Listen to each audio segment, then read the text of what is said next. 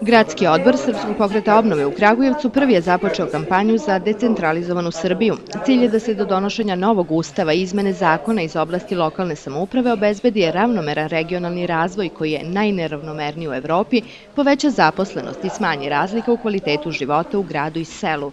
Po rečima Mirka Čikiriza, potpredsednika Srpskog pokreta obnove, ta partija se zalaže za prenošenje dela nadležnosti u oblasti finansija, sudstva, školstva, bezbednosti i zdravstva na lokalne samouprave, što je u skladu sa zakonodavstvom Evropske unije.